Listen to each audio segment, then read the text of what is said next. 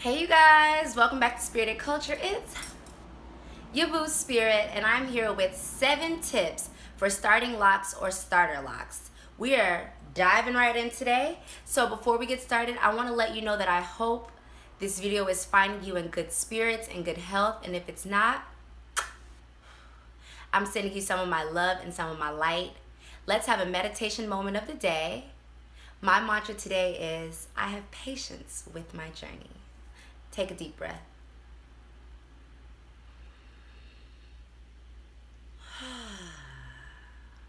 I have patience with my journey. All right, let's get it.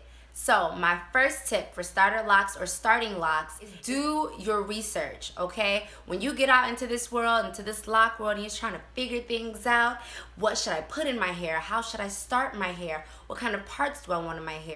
You will find that there is not a lot of information out there. So YouTube became my best friend. I started looking into the ways that people were caring for their hair. How often were they washing?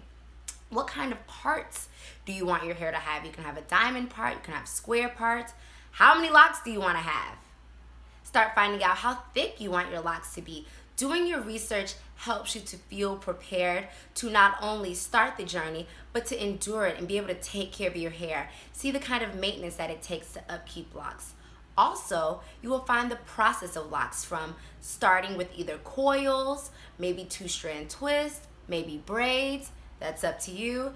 And then you'll see the kind of phases that locks go through over time. So watch some people's videos, check out the blogs. I've only found maybe 4 to 5 blogs.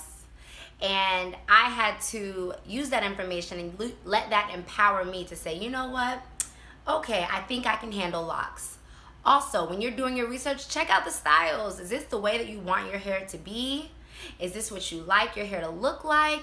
Your locks are never going to look like anybody else's, but it is good to just do your research to make sure that you feel ready for the journey that you're about to embark on. Número 2. I would say find your why. Why do you want locks? By finding your why, it helps you to feel more prepared to just, boom, I'ma start them. So before I got locks, I used to say, I would get locks when I'm 30, I'm pregnant, I'm having a baby. And then when I started researching locks, I found that there was also a spiritual component. And that why pushed me over the edge. I was like, why wait? Why not start today? So by finding your why in your journey, it helps you to feel good through the bad days. It helps you to feel good through the good days. And no, y'all, there is a point where ain't no combing out your hair no more, and your locks have reached the point where they are starting to lock. So your why helps you feel good about that. Ain't no turning back on your journey. So the why gives you some confidence. So I would say find your why as well, okay? The next tip is to be gentle with your first wash, you guys. I personally recommend washing your hair after 2 or 3 weeks after getting them installed by going back to your loctician. Go back to whoever put your hair in, because the first wash is scary, okay?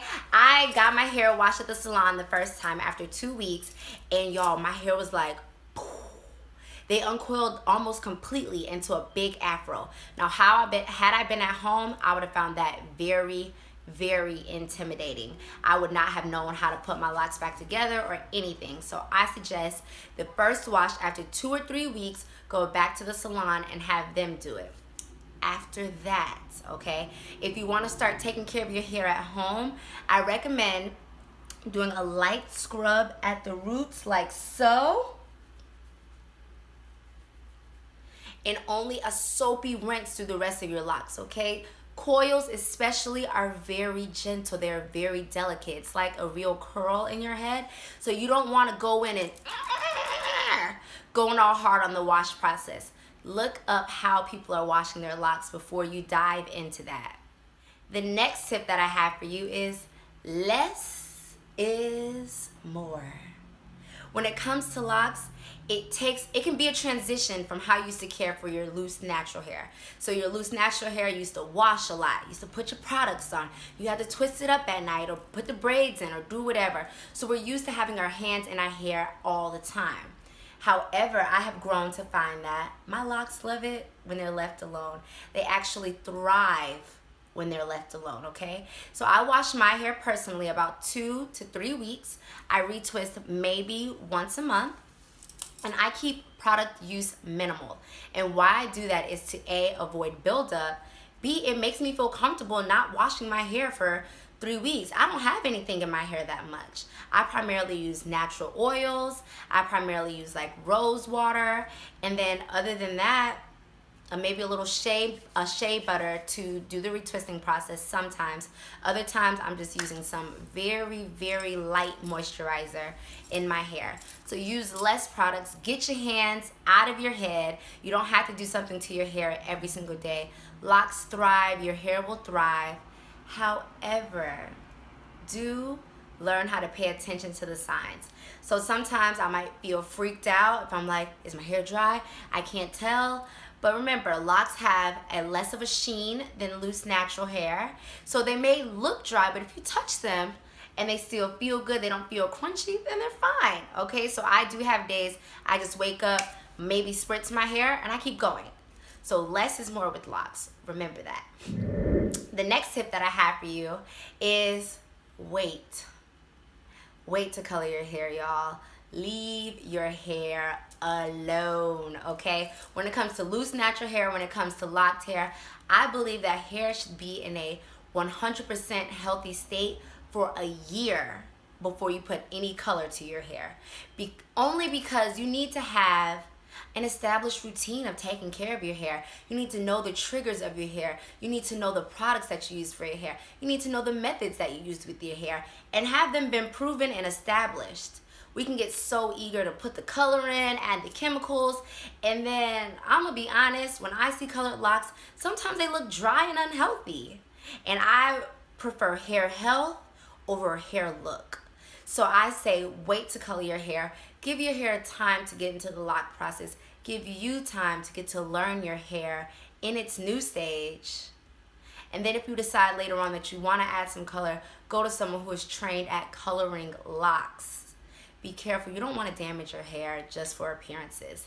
So be careful, be gentle, give it a little time, fall back, fall in love with your locks as they are growing out of your head, fall in love with the color that you have naturally, and then maybe find a time where you feel comfortable to add that color in there and spruce it up a bit. And you can spruce it up with string. Sometimes people like tie string around their locks, add little hair ornaments. So don't think the color is the only way to add some variety into your look.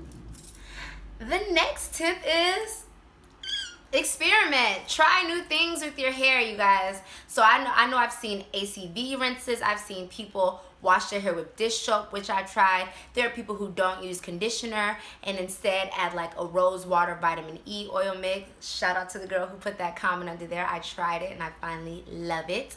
Thank you for that. So experiment with your hair. Experiment with interlocking if you so choose. Experiment with braid outs. Experiment with curling your hair around rods, bantu knots. Experiment with styles. Have fun. Okay, you will never know what's going to work for your hair until you try. So I encourage you to experiment. Don't experiment with color. I said that. I said don't experiment with color yet, but experiment with methods of washing. Experiment with different products. Experiment with retwisting, maybe with a flaxseed gel or a butter or shea butter or whatever you want to try until you find the things that make your hair feel good. And that's the only way that you're going to learn the specific, unique way to treat your special hair. The final tip that I have for you is to embrace your journey, everybody. Take pictures of your progress. Document how you are feeling on that first day. Take pictures of what's going on as you progress in your stages. I especially encourage you to start getting down into your experimentation, maybe 3 months into your journey, all right? Be delicate in the beginning and see how do you feel. Watch your hair transition. Watch it start to like lock and wrap between each other. The coil in my hair was like a curl, and then it turned into like this thick budding thing, and it was like, wow. So watching your locks transform is really amazing. You can have a little lock diary, you can start a blog, you can start a YouTube channel. But yeah, embrace your journey, embrace the changes that happen within your hair. See how you are growing and maturing with your hair at the same time. That's it, everybody. I wanted to give you a quick little video on starter tips for starter locks or starting locks. I hope you find these tips helpful. Hey, if you have some tips for people who are new to the lock community and to the lock journey, go ahead and add them below. Spirit Culture is a community where we share with each other to help each other grow and glow in our best and brightest forms. Go ahead and like the video, subscribe. It's your girl, Spirit, and I will be back soon. Have a nice day.